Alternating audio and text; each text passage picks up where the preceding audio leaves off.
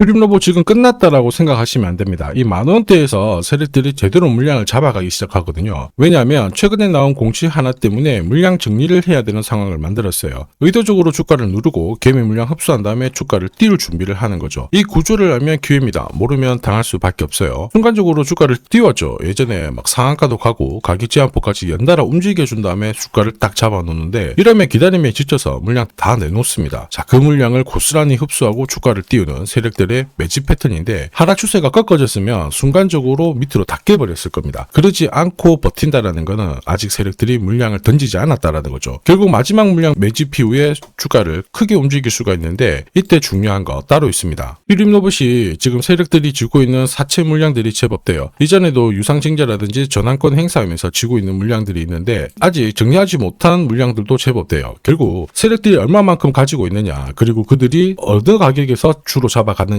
매입 단가라 지금 현재 만원대 주가 수준 비교해보면 이거 터무니없이 낮아요. 한마디로 물량을 정리할 수준이 아니라는 거죠. 주가를 몇 배는 띄워놔야 던지고 나올 수 있는 구조입니다. 이런 상황이라면 세력들의 선택은 하나예요. 주가를 올리는 거. 결국 올리게 되면 핵심은 또 하나밖에 안 됩니다. 어디까지 올릴 거냐, 이게 포인트가 되죠. 결국 세력들이 노리는 휴림로봇의 최종 목표가, 그리고 언제 물량을 마무리시킬 건지 매각 일정 중요합니다. 전부 다 계산을 해놨는데 오늘 영상에서 전부 설명드리도록 하죠. 휴림로봇 월봉을 보시면요, 주가 1000원을 딱 잡고 위로 움직이기 시작했는데 이전보다 훨씬 더 많은 거래가 실리기 시작했죠. 이번에 세력들이 작정을 하고 주가를 띄운다라는 걸 확인하실 수 있습니다. 이전에도 유상증자라든지 전환사채를 주식으로 전환을 시키고 세력들이 쥐고 있는 물량만 한 150억 정도가 넘는 상황인데, 이 물량을 정리를 하기 위해서는 주가를 결국 움직일 수밖에 없는 구조거든요. 그런데 지금이 분위기가 좋은 시기입니다. 연초에부터 이런 이야기 많았죠. 휴림로봇을 SK 쪽에서 관심을 가져야 한다. 그런데 삼성그룹에서는 결국 레인보우 로보틱스를 가져갔고요. 휴림로봇의 로봇 기술을 노리고 있는 기업들이 많다 보니까 전혀 불가능한 이야기는 아니거든요. 제가 뒤에 좀 자세히 설명을 드릴 거고요. 이미 현대차 그룹 쪽하고 로보틱스 전략 강화를 보여주고 있기 때문에 앞으로 이제 본격적으로 양산 이야기가 들리기 시작하면 분위기가 바뀌게 될 겁니다. 지금 이 기회를 살리기 위해서 세력들이 의도를 가지고 시간을 끌고 있는 거예요. 물량을 제대로 흡수를 하게 되면 다시 한번 띄우게 되는 거죠. 요새 이렇게 세력들의 의도, 물량 정리를 위한 주가 상승, 이런 패턴이 제법 많이 나오고 있습니다. 리얼팜들도 이 전환사채 물량을 정리를 시키기 위해서